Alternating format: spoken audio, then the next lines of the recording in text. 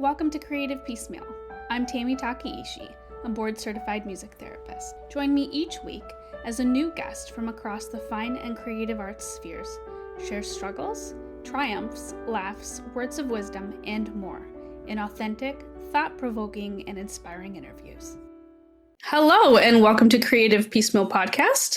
Today, I am graciously joined by a few of the members of a really cool rock band, Scotia Rose. I'm here with Jeff Weiss, Antoinette Eddy, and Marcela Campos. Scotia Rose was formed by Jeff in 2023 and consists of all local New York City musicians who are rocking the cover circuit after the pandemic laid claim to their original projects. And they have a keyboardist as well as a bass player on their roster who we hope will join us later. But for now, we're going to get to know these three fine folks. And I'd love to start with everyone introducing themselves and talking about what led you to become a musician. So Jeff, since you started the band, how about you get started with the question?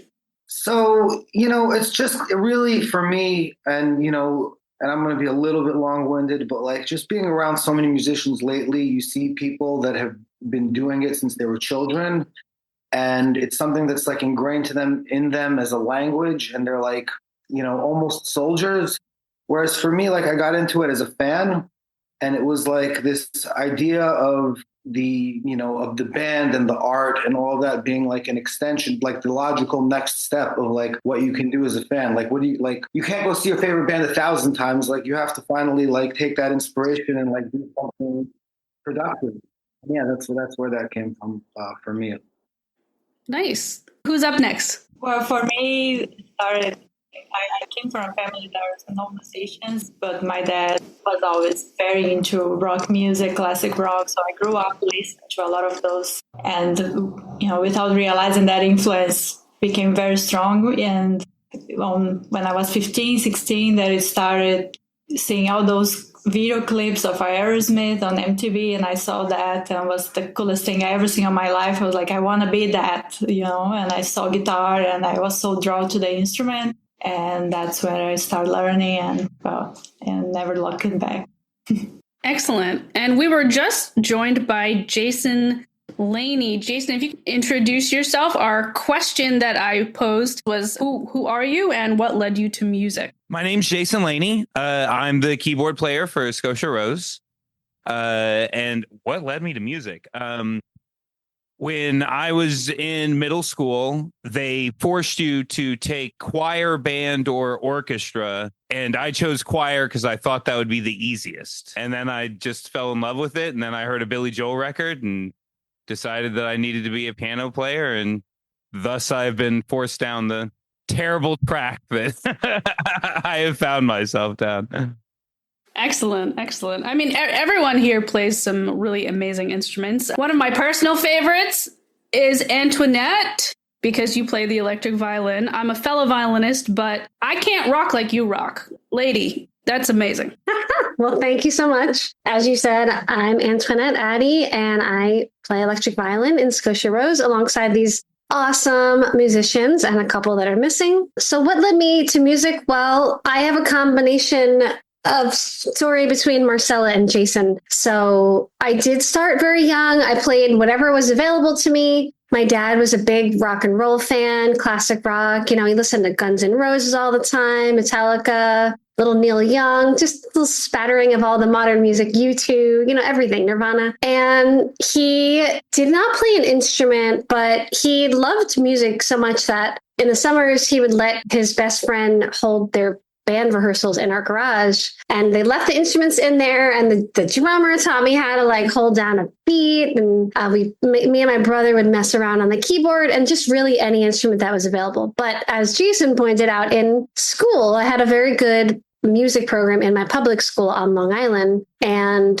they made you choose an instrument, and so I decided to go with violin because it was the most popular one. And so I was accepted into the violin program Little did I know that viola and cello are respectively more and more awesome. So I stuck in the classical world for a long time, and then eventually started getting back to my roots into the rock world. I finally purchased a bona fide electric violin recently, like last year, though I did have an electric acoustic before that, but I made the full transition really just kind of recently at the electric violin shop, very well known for being the leader in the industry. And that's my story. Nice. So I have been so blessed to have been able to see you guys perform not once, but twice in two very different settings. Amazing every time. I'm just always blown away, and it makes me want to go home and practice the instruments I do know and then pick up the instruments I don't. Marcella, holy cow.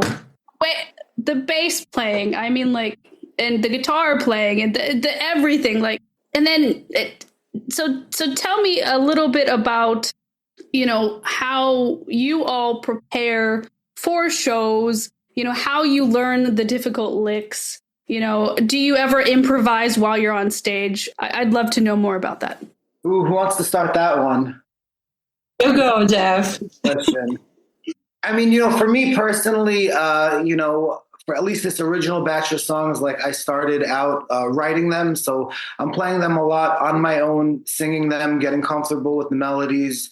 And then, you know, once you're comfortable with something, then you can start, you know, playing with it a little bit. And then, you know, you get into the rehearsal space with everybody else, and then it just becomes easier. And, you know, you hear everything else and how that comes together and how you can play off everybody else and, you know, make everybody else shine while also keeping the thing together the way it is. And that's kind of like what my journey has been with this group so far. You know, for the most part, you know, Jeff comes in, he's got songs that, you know, like he said, he's been playing for a long time, and we kind of figure out what the structure of those songs are, the chord changes. And then we usually just start working them in rehearsals. And if people have ideas, and we kind of pitch them, some of the licks, like, I don't know if you're familiar with any particular song titles, but like stuff like Run, and some of the stuff in Queens and Kings, some of that stuff is very specifically written. Anytime any of us are playing in like unison, obviously that stuff had to be written out. But for me, I improvise a lot of my solos, and I don't want to put words in anybody else's mouth, but I think other people take different techniques for, you know, like their moments in the various songs or whatever. But it's just really a variety, and, you know, we all kind of come from a different place and make different choices. I think that's one of the things that is cool about the band.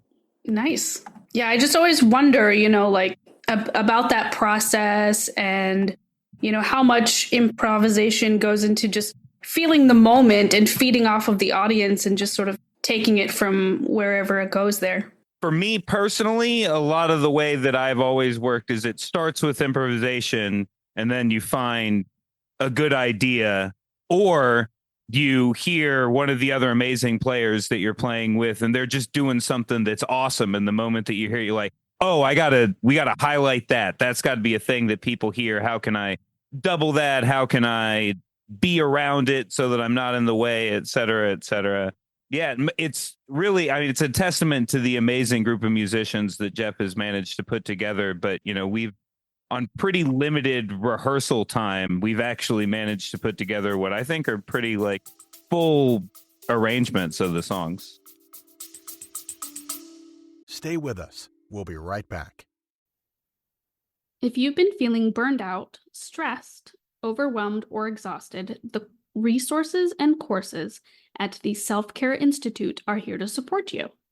The Self-Care Institute was founded by Dr. Ami Kunimura and provides support for individuals and organizations with burnout prevention, burnout recovery, and stress management. I've personally taken a few of these courses and found them to be super helpful, both professionally and personally. The care you give yourself matters just as much as the care you give to others. But if self-care is difficult for you, you're not alone. And the Self-Care Institute is here to support your well-being, resilience, and sense of fulfillment at work and at home. For more information, visit selfcareinstitute.com or go to the show notes and click on the link. And you guys do a mix of covers as well as original songs. And I think that the covers you guys do, you bring your own style and flavor to it. Like I can, even though I don't know you all personally, like I can hear the passion and personality through the music, even though it's not original written by you guys. And I think that takes a really rare type of musician to be able to do that. And I'm just wondering, like, do you guys have any personal favorite covers that you do or covers that you would like to do in the future? Well, I want to hear what you guys would like to do in the future. If you guys want to please help. I know Antoinette has one in particular that she's said that she's wanted to do for a while, but we have not actually figured it out yet. Yeah, like I get a request.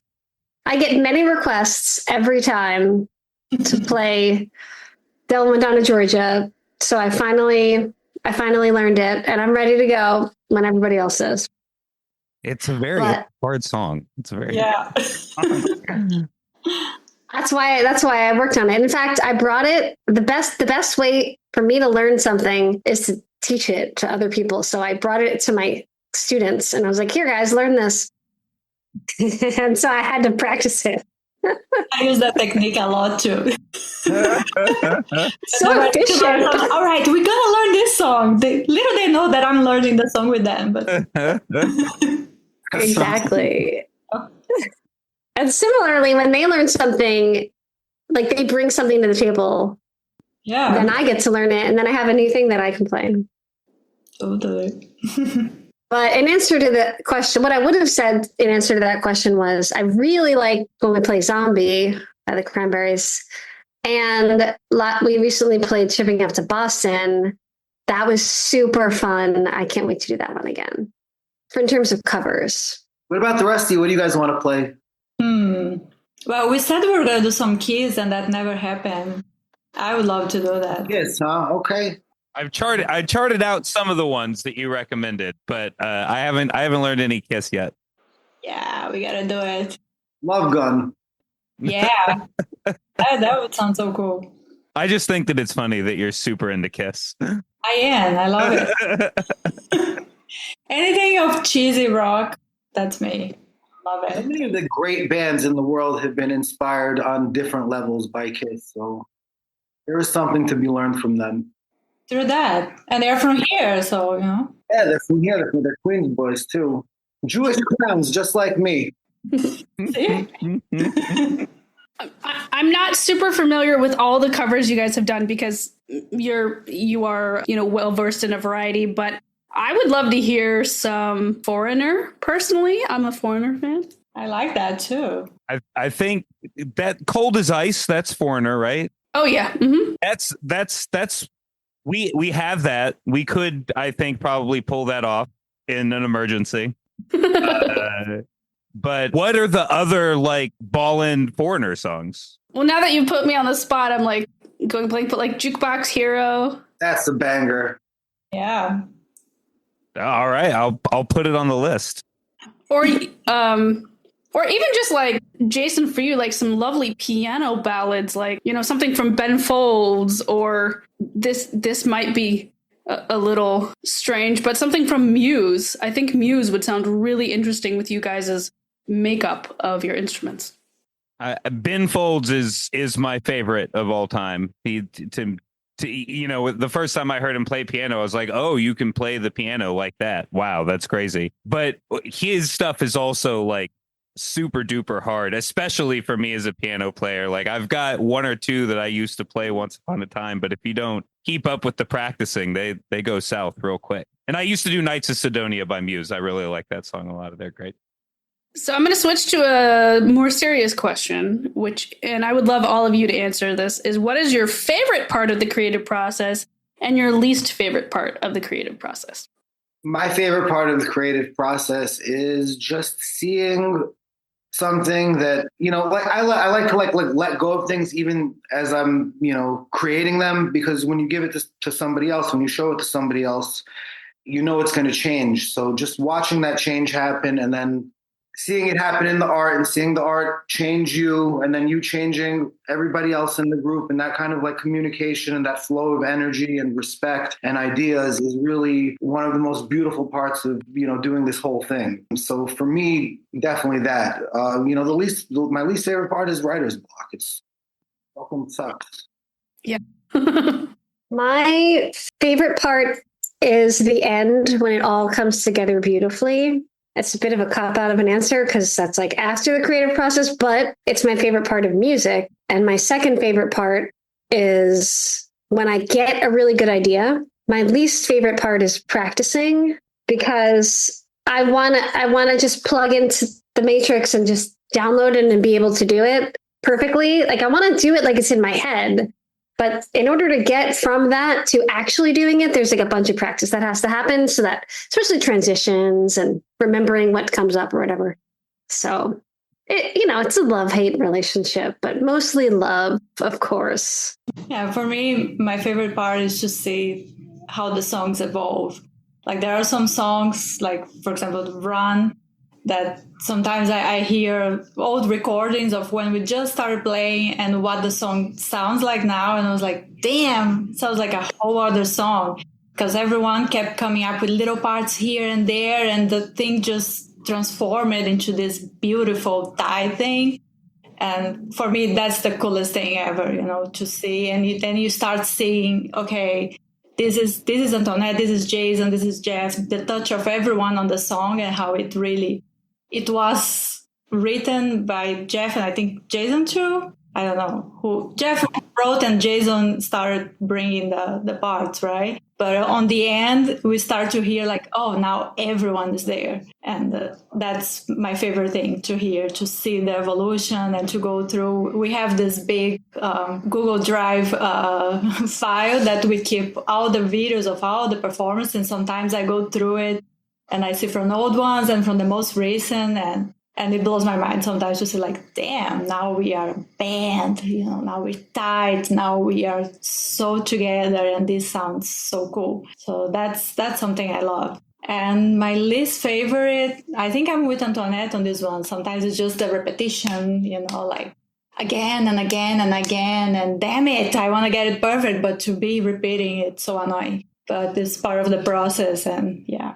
I really love the arrangement of the tunes. To me, that's the best part. That's where you really get to figure out not just what you want to do, but like what other people want to do and how you can, compliment them or, argue for your ideas or whatever else. It's the best process, especially when it's amazing people that you have in the room like Scotia Rose does. As far as like creative process musically, the part that I always hate is recording, because you're trying so hard to make something that is like perfect and lasting, and it's really easy to just get mired in these details and just spend hours recording the same solo over and over and over again when take 3 was probably fine, but that you settle for take 448 because you have to go to bed. You have to let it rest eventually. That's always I really, it's the worst. I completely feel all of you regarding the creative process. I mean, like there's been, there's definitely times of frustration, but out of that frustration comes amazing beauty. And in your case, like rocking music, of course, which leads to the next question, which is, what is your favorite thing about being in Scotia Rose? And I don't think there's like a wrong answer or a right answer. It's just, what it is to you. I feel right now, like, and this is a feeling that I kind of like, it's not a need to have, it's a very nice to have, but I feel like we're the best rock and roll band in the city. And we can do anything. And it's so empowering. And everybody is just so cool and so easy to work with and so open-minded and, willing to go in this direction or in that direction, but whatever serves the song. And it's, it sounds elementary, and I think everybody can attest to this, that it's really not the norm and it's not the default out there. And it feels really good to be in this band, and I'm really, really, really, really, really, really grateful. Yeah, for me, it's definitely people that we've met, that like Jeff has put together such an amazing group of musicians that even when it's not like our main lineup, even when we're playing a cover set at, some bar in the village, it's still just awesome people that, you're going to take the stage with, that really know their craft, that are excited to be there playing music with other great musicians. It's the reason why I started doing all this in the first place. And Scotia Rose is like the pinnacle of that, of just, all the musicians are amazing. They're all super cool people. They're all excited about the work. It doesn't get I don't think any job, it gets better than that. Excellent. Marcella, Antoinette?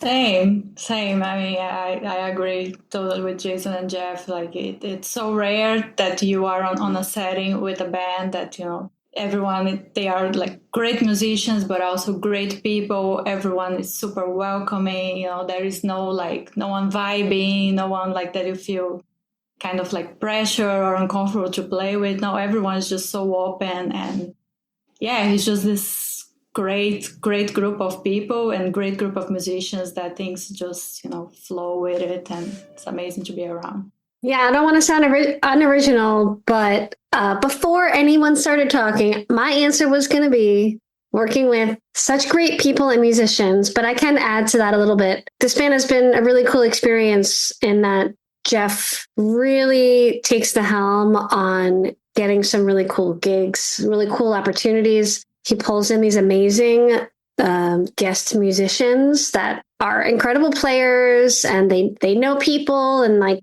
he's very well connected, and it never fails to impress me the things that he can get done for the band, which is a really important part of keeping us motivated and having just really fun, cool experiences. Because when it comes down to it, that's what it's mostly about. I don't think any of us are planning on buying a mansion within the next 12 months based on what's happening in the band. I mean, maybe eventually, but like at the moment, we're kind of doing it because it's fun, it's awesome, it sounds great, and the good times. Preach. It's wonderful to hear that everyone basically has a similar answer, that you just love being with other high-level talented musicians. It's nice to know that, at least from an outsider's view, it doesn't look like there's clashing egos. Everyone's able to put things aside and know that they're a part of this unit, and everyone's got gifts to bring to the table. Give me just like 2-3 years and a couple of minor successes. We'll do the podcast in 5 years. I'll have to be on a separate Zoom call, be like, well, here's what really happened. The behind the scenes story. But, what is something you guys are looking forward to in the future with your band? I want to record this EP, when we're going to do it, very soon. I don't know if it's going to be before the end of the year or, January, February, but it's going to be on that timeline. And we're really excited to have Richard Stuverud on board. You saw us with him at the Cutting Room. He was our drummer that night, and he wants to produce us. And he's really excited about, being part of the project, which to me is crazy because that's a guy I've been listening to for, a long time. And I'm just excited to play bigger stages, bigger rooms, just keep unlocking the next thing there is to unlock. This is a video game. We have to just keep going. I'm excited to get this stuff recorded. It's some of my favorite work that I've done in a really long time, and I hope everybody else feels the same way. Yeah, and just we've played some really cool places, and I know that Jeff is always moving and shaking, and I have no doubt that we're gonna have some other amazing opportunities to play places that I've watched people that I love play, and then I'm gonna get to be on that stage and think, maybe I am just a little bit of a rock star on occasion, every now and then. Excellent. Ladies, anything else to add? No, I mean, I agree with that. It's the same, very excited to get more music recorded, to keep playing on bigger stages, on different places, and just keep watching the band grow and develop. I don't have much to add because I agree very much, but I'm also excited to see what the future holds in terms of other songs that we'll get to write. I think that the longer we're together, the better the new songs will be too. I'm excited for that as well. Yeah, Jason just sent me an idea that, he's been working on for us, and I've been having a lot of fun with it. I think it's going to, at the end of the day, be something really, really special for us. Nice. Unless everybody hates it, in which case I had little to nothing to do with it. It was pretty much all Jeff's idea. I don't know. I kind of hear everybody else, and you said the same thing to me, Jason. I kind of do already hear everybody else on that track. So if everybody hates it, I would be very surprised. Jason is the most humble musician that I've ever met. And also the most incredible piano player that I've ever met. Oh, that's crazy. That's crazy. You wouldn't know it by talking to him, only by listening to him play. I met Liberace at a Diddy party, so.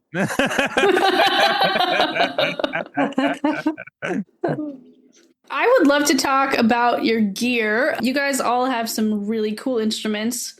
And what is an instrument that you love bringing into a concert? Like, do you have a favorite of something? And also, is there a dream instrument that you can't wait to go out and get at some point? Marcella, do you want to get a double necks flying V one day? Oh, hell yeah. First, I need to have a single neck flying V, which I don't, but then I would move on. Yeah, I'm pretty happy with my gear now, but you can never have too many pedals, so I'm always looking for other pedals. Every time I think, no, my pedal board is good now, and then this week I was adding pedals and redoing and checking stuff online, and my husband was like, don't tell me you're looking to another pedal. We have my pedal board and drawers of pedals, but I always feel like I need more pedals. But I guess that's guitar players' problems. But with guitars, my main guitar, the guitar I use all the time, is my David Grissom signature, and I'm very happy with it. But yeah, I wouldn't mind a Flying V or any others. There's always other guitars that can be added to that. But yeah, more pedals always too. I'm really curious to hear what the other two have to say about this. Yeah. As well. No, but I was interested in all three of you guys. My gear, it's about what color Jordans am I going to wear on stage? Yeah, I'm not much of a, Nord will continue to put out better versions of their keyboards, and every 5 to 10 years I will knuckle down and buy that. I'd love to have a real actual piano, but obviously living in a New York apartment, it's tough. There's a company in Denmark that makes a piano called the Keybird, only 61 keys, and each key is only one string, but it only weighs 115 pounds or something like that. And it fits in a car. Wouldn't that be cool if I started to bring a piano that nobody would be able to hear? You have 5 pickups on it or something. I just bring an entire Pelican case full of mics. I'm going to need 12 channels for this, guys. Oh, God. That's cool. Nightmare of any sound guy. Oh, my God. That's hilarious. I'm happy with my violin. I wasn't previously. I had a David Gage Realist 5-string electroacoustic violin. And I don't know. I tried putting octave strings on it, and then I had a new nut and bridge molded, fitted for that. And then I took it off, and I don't know. It was never the same since then. And I went to go get a real solely electric violin, and I'm super happy with it. It's a brand I had never heard of called Forte Vio with an adjustable bridge. There's 2 knobs on either end, and you can adjust how high the bridge is, which for anyone that doesn't know is crazy. Never heard of that before. I know. It's got infinity pegs. What? Is that a good thing or a bad thing? It's not bad. It's great. It's good to have options. I don't know why it's on there, but I do know that the bridge is very custom, so I could see why. Like, you can't just bring it to a luthier; they're not going to know what to do with it at all. It's really weird shape. Anyway, I really like that violin. I do also have a pedal board now. I used to just carry a couple items and plug them in, and then it was taking a little too long to set up. So I finally hunkered down and bought a pedal, like a board to put my pedals on, and then began the process of buying more pedals. And welcome to my world. Until I finally got so many that Marcella was like, okay, I think your board is getting bigger than mine now. And I was like, oh God. So I'm using the preamp that I used for the electric acoustic, but also gives me compression and EQ, as well as bass cut. Who wants to cut the bass? Now, sometimes I do need to boost pedal, which I need, and the tuner, which mutes it, which is really important. I now have 2 volume pedals, one for the loop, which I don't really need so much for this band. The volume pedal is the most important thing, period, because I don't know what it is about the violin, but sometimes the band is really loud and I need to really crank it up. And sometimes the band is quiet. And if I'm at the same volume, I'm going to blow everybody's ears off. I don't know. It's crazy. And then recently I added a reverb pedal, but I kind of want a better one. There's a lot of things I want to explore, but I am trying to keep it reasonable for now on that. So the moral of the story is once you get one pedal, you're screwed and you're going to just buy them all. Yeah, no, your life is ruined forever. So kids, just don't even buy that first pedal. Yep. Don't do it. Save yourself the heartbreak. There's never enough. My God. Those of distortions, I must have like 15, and I have like 5 tabs open on my phone of pedals that I'm almost pulling a trigger. I was like, you need to stop. But yeah. Some people, they buy cars. You buy pedals. It's okay. A lot cheaper. Yeah, that's true. You can always get one of those giant, like, digital effects boards, like the Axe effects. That's the thing. I did it, and I just... You hated it? Couldn't, like I move it, but it's just way too many options, too much time to spend in there. And then I was like, fuck this. Then I sold it and I went back to the pedals. Not for me. I'm an analog girl. So I'm going to pivot. We're going to travel back in time to when we were all high school students, which could be at different times in time for all of us. But if we snuck a peek at your music collection in high school, what are some things on rotation? So funny that you asked this today because, I was learning some music for a wedding, and it was a lot of the stuff that I listened to in high school. So, Californication was on rotation big time. Chili Peppers, Pearl Jam's Binaural was on rotation big time. All of those, Pearl Jam in the year 2000 released their entire tour on CD. And that's what I was listening to the bus to and from school every day. And there was just, a little bit of hip hop, a little bit of Dre, a little bit of Eminem when he was first coming out, and Biggie, everywhere. Nobody else went to high school. So for me, lots and lots of musical theater, because I thought I was going to be a musical theater singer. Billy Joel, Ben Folds 5. And then by the tail end of high school, started to get into jazz, Oscar Peterson, Bill Evans, Thelonious Monk, just the big piano player. Oscar Peterson would immediately, he was my favorite. Just, boy, does he play all the notes so well. He's very, very good. Yeah, well, for me, it was all the classic rock explosion, 80s. So I was listening to Aerosmith like crazy, Scorpions. I was very hardcore Scorpions fan.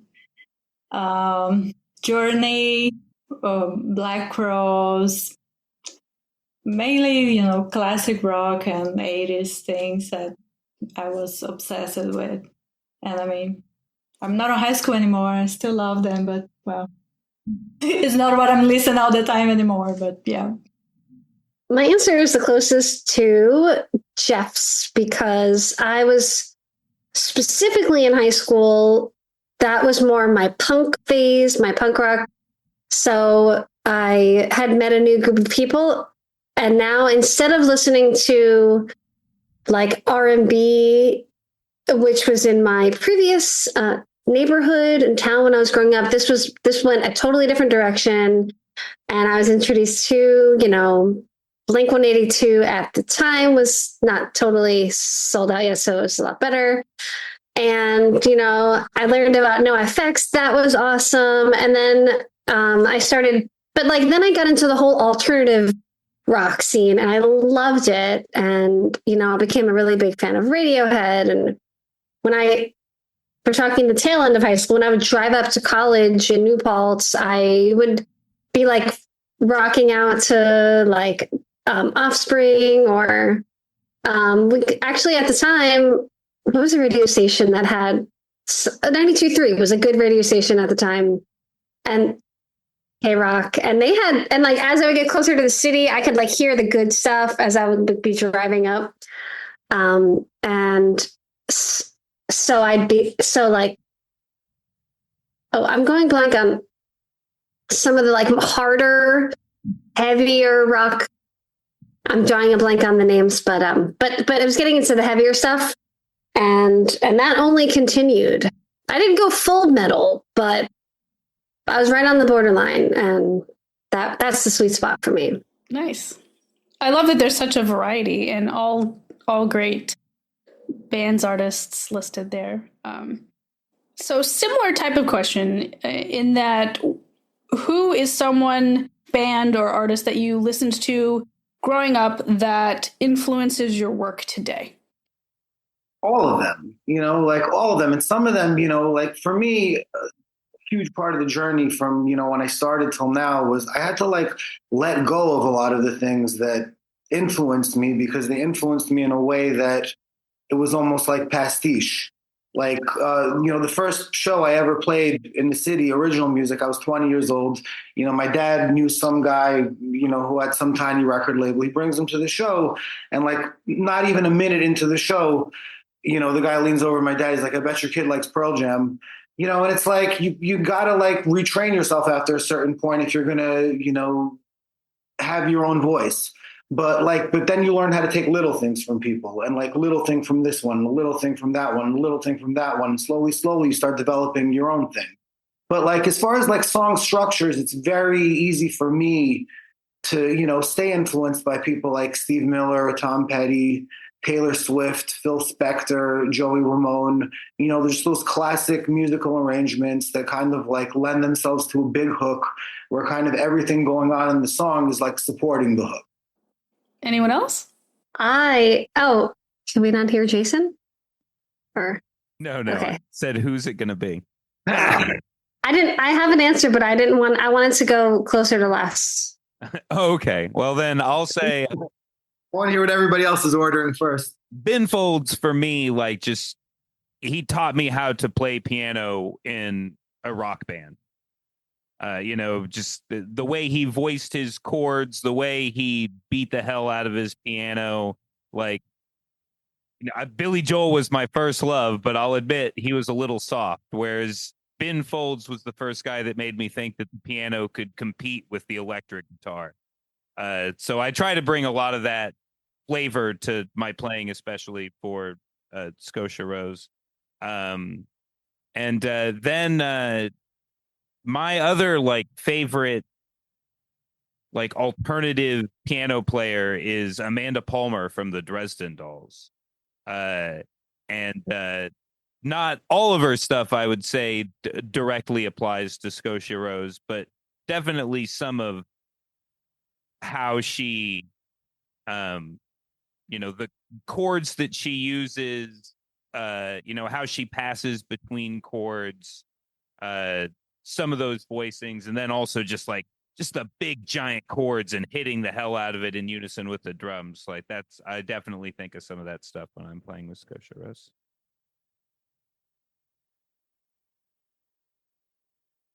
For me, it was a lot of the instrumental guys, because when I started learning guitar, I had a teacher that was very technical, very into shredding. So that's where I got all my technique and speeds, and we were just work and listen a lot of like Andy Timmons was one of my favorites and still is, because he can play all the technical things, but he's also very melodic. And that was something that was a balance that I was always looking for, because yeah, shredding is cool and all, but if you just, throwing up a million notes, that means nothing. You want to be melodic. You want to say something with what you play. And he does that very beautifully.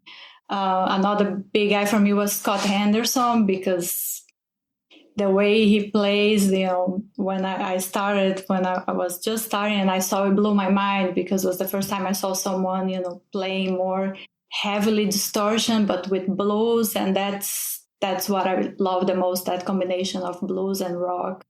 So from those more like side instrumental guys, but all the other, more blues rock guys like Jim Page and Slash, all those that, they have that combination of the shredding, but also the blues and melodic inserted, and all those guys still influence me to this day. Excellent. So, being a violinist, I come from a classical background, and that is by far the most influential in my playing, since it's the premise of all of my technique. Only later in life did I think to start applying this to the field of rock and roll, but there were very few people doing this. In fact, when I was growing up, the closest person that I can think of that was doing what I'm doing is the violin player in the Dave Matthews Band, which is like a song. I covered one or two of their songs doing the like exact notes that he did in his band. But I mean, that was okay, but I wouldn't say that he influenced exactly what I'm doing. There was not a particular player. I would say that maybe the most influential would be some of my orchestra conductors, since I didn't take private lessons. It was beyond the budget of my family.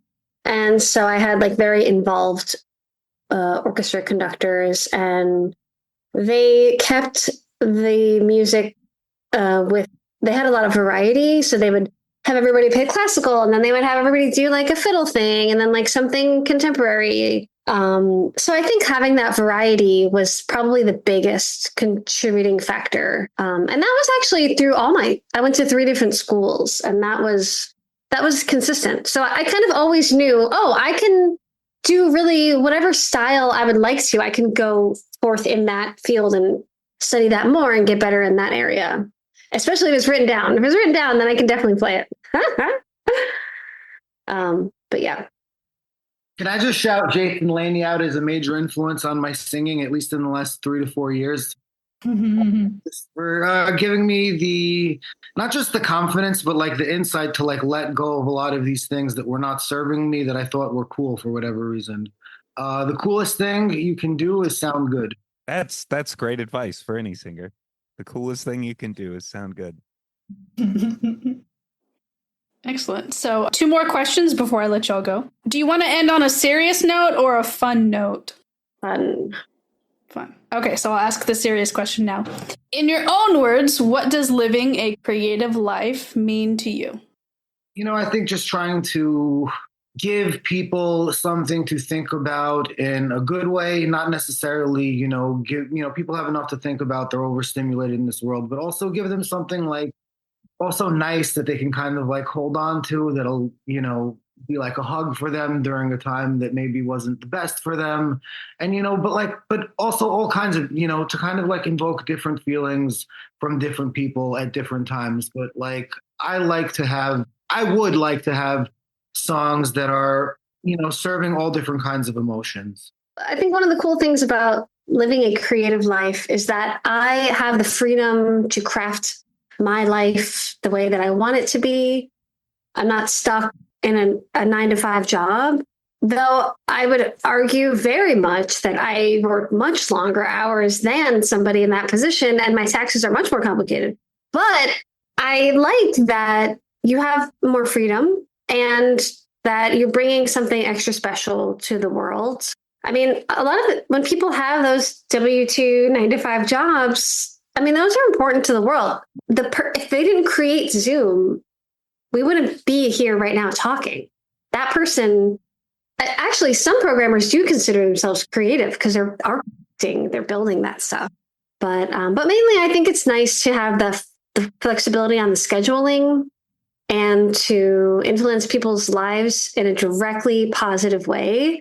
So that actually, like, I love when people come to see me as a teacher and they say, like, you're the highlight of my week. I really look forward to coming here. Or someone comes to our show and their whole attitude is different after we've played than when they walked in. Maybe they walked in all grumpy, having a fight with their boyfriend or something.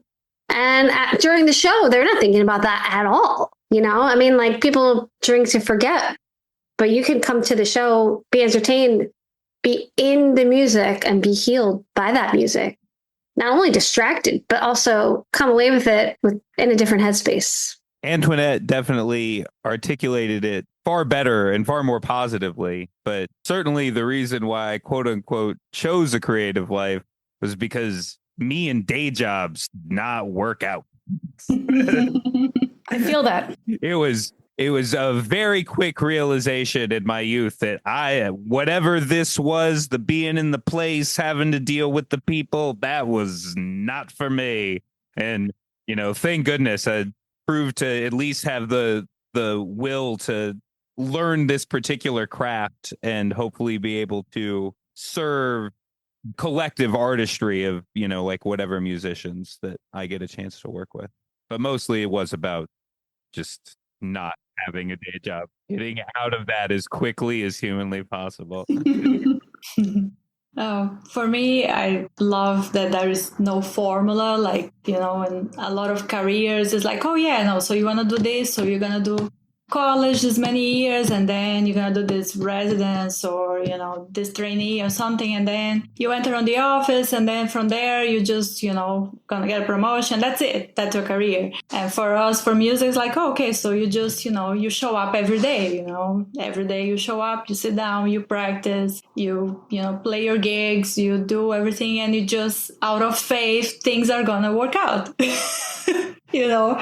And it just sounds insane, you know, even saying out loud is like, wow, this is actually what we do, you know. And anyone that has like a 9 to 5, when they hear this, they always like, oh my God, these people are delusional. But that's basically what it is, you know. It's just this blind faith that, you know, this is what I need to do, and I'm going to keep showing up, and organically, you know, I'm going to meet more people and opportunities are going to come and things are just going to go. And that's what's been happening, you know. And I find that very crazy, sometimes very frustrating, but it's beautiful. And I think it's, you know, a very different way of living that we have from, you know, office people. And yeah, it has his battles as anything, but I think it's pretty amazing, you know, to just see how organic things develop, and, you know, yeah, how this life is.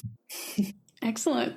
All right, one last question with 5 out of 6 band members of Scotia Rose. Before I ask it, I just want to say thank you for giving up some of your time this evening. Very appreciative, and I'm looking forward to supporting you all at more future shows. But final question, what is one of your favorite movies, and what does it reveal about you? I don't want to go first. My favorite movie of all time, because it is the greatest movie of all time, is John Carpenter's Big Trouble in Little China. What does it reveal about me? I am a goofy bastard that likes stories about magic and romance and everything else, and not interested in a serious tale of genuine human emotion. I remember that movie. It's the best. I highly recommend a rewatch. I say that it holds up. Maybe some mild racism. I can't speak to that, but otherwise, a perfectly great movie in 2024. If we're going like a number of times that you watched it over the course of your life, Back to the Future 2. Specifically 2. Yes, because 2 is better than 1. 1 is in 2. It's true. 2 is better than 1. I mean, 1 is great. Don't get me wrong. And 2, he runs back into himself. Are you kidding me? It's amazing. I'd never been done before. I can't believe that you're waiting all the way until the end of the podcast to drop your most controversial comment. Hit me up in the comments. for the podcast. You know what I'm talking about. Well, Antoinette, that begs me to ask, have you seen the musical? I have, and I really liked it a lot. It was heavy. Did you see it? I didn't know there was a musical. Oh, are you kidding? The day it was out, I was like, oh my God. Oh no, I didn't go the day it was out, but I went and I loved it. And I got the merch was too expensive. So I got some stickers and I put one of them on my violin case, the lightning bolt. It was great. And so what does this say about me? I want to time travel. I love time travel movies. I like sci-fi movies, but I like time travel specifically. And not because I want to go back and fix anything, just because I think it's cool. Like I want to take a peek, see what it would be like. It's just the coolest concept ever to me. There's nothing cooler than that. I don't know. Is that crazy? Time travel is interesting. Does that mean you like Doctor Who? Are you a Doctor Who person? My dad is. I think it's hereditary. Jeff, Marcella, favorite movie? So my favorite movie is Goodfellas. And what it says about me is that all of the club promoters and the shiesty booking agents in the city should know, and that they should hear right now, is that you're going to give me what I want. Or else. My favorite movie, it's incredibly old. It's Home Alone. I'm obsessed with Home Alone. I watch every single year. And the first time I watched it, I have a cousin that she would live here in New York, and she brought for me the VHS in Brazil. And of course, it was in English, so I couldn't understand shit.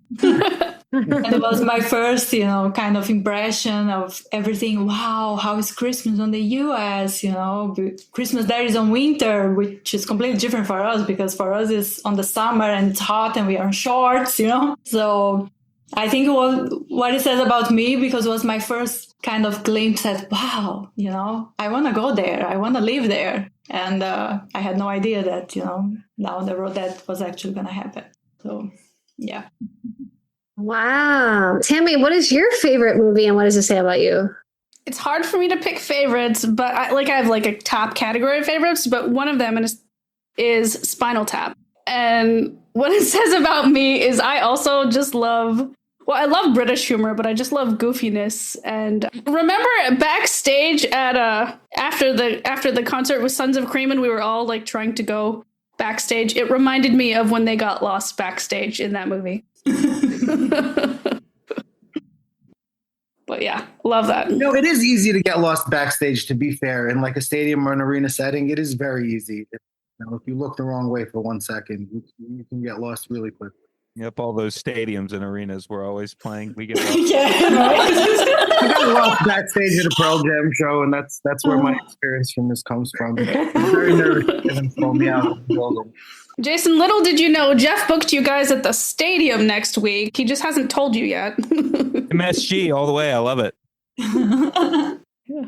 Do you guys have any parting words or last advice before we sign off? Just want to say thanks for having us, Tammy. Really appreciate it. It's like super duper validating when somebody comes up to us after a show and says, we appreciate you and we'd like to work with you. I'm not sure that there's anything that feels better than that. So thanks. My pleasure. Thank you all for sharing your time and your talents. Like I said, I am excited to come to a show and wear my t-shirt that I got, the last one. So thank you, Scotia Rose, for joining the podcast. Listeners, please check the show notes for their official website and to be able to check them out in the New York City area. As always, thanks for listening. Thanks for listening to Creative Piecemeal.